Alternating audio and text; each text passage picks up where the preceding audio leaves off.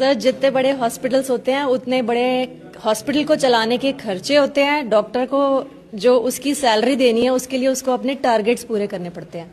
अच्छा, जब तक टारगेट पूरे नहीं होंगे तो उसको उसकी तो सैलरी टारगेट कौन है? एलोपैथी डॉक्टर का है। तो टारगेट तो मतलब टारगेट का मतलब जैसे ये पेशेंट है, ये टारगेट है।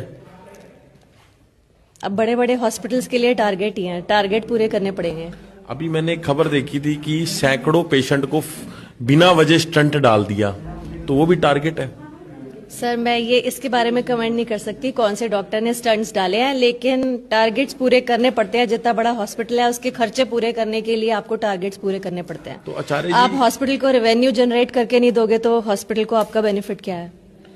तो आचार्य जी बहुत बड़ी बात कही है मैडम ने हॉस्पिटल के लाभ के लिए कि अगर हॉस्पिटल को रिवेन्यू जनरेट करके नहीं दिया तो कैसे आप डॉक्टर हैं। मैडम कह रही मैंने खबर पढ़ी नहीं, मैं पढ़ा ये देता हूँ। देखो, और दैनिक भास्कर की खबर है ये देख लो खबर पढ़ी है भैया, मैंने, लेकिन ये देखो मैं खबर डॉक्टर पढ़ी का है। नाम नहीं लेना नहीं, नाम लेना ही नहीं हमने। ये देखो क्या लिखा हुआ मैं है। नाम ना, नहीं, वो तो जेल में चला गया है। 800 ऑपरेशन 6 करोड़ की बिल योजना को मिला। गुजरात में डॉक्टर ने 105 सेहतमंद लोगों को ऑपरेशन कर लगा दिए स्टेंट। मतलब क्या है कि या तो जो मार्केट में समाज में बड़ी गाड़ी खरीदनी है, लालच का कोई अंत नहीं है, लालच के चक्कर में भी ये हो रहा है। को कितना समय हो गया प्रैक्टिस करते हुए एलोपैथी की?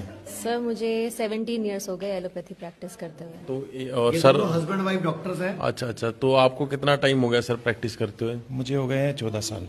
तो सर जैसे कि आपकी धर्मपत्नी ने आज हमें बहुत विशेष चीज बताई कि जितने बड़े हॉस्पिटल्स होते हैं उनके टारगेट्स होते हैं और उन टारगेट्स को अचीव करने के लिए बहुत कुछ करना पड़ता है। तो उस टारगेट का मतलब तो सीधा सीधा यही हुआ कि वो पेशेंट ही टारगेट होते हैं। बिल्कुल टारगेट होते हैं। आप मेरा एक्सपीरियंस सुनेंगे।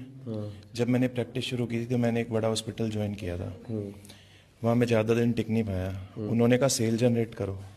अब सेल जनरेट करने के लिए ये है कि जो भी आपके पास आया है आपको उसकी जांचें करानी है, MRI करवाना है, ये लिखना है, वो लिखना है। तो वो जब तक जनरेट नहीं होगा तो फिर वो कहते हैं हम कहाँ से आपको सैलरी दें, ये सब करो। फिर मन नहीं माना तो फिर मुझे वो छोड़ना पड़ा। तो एक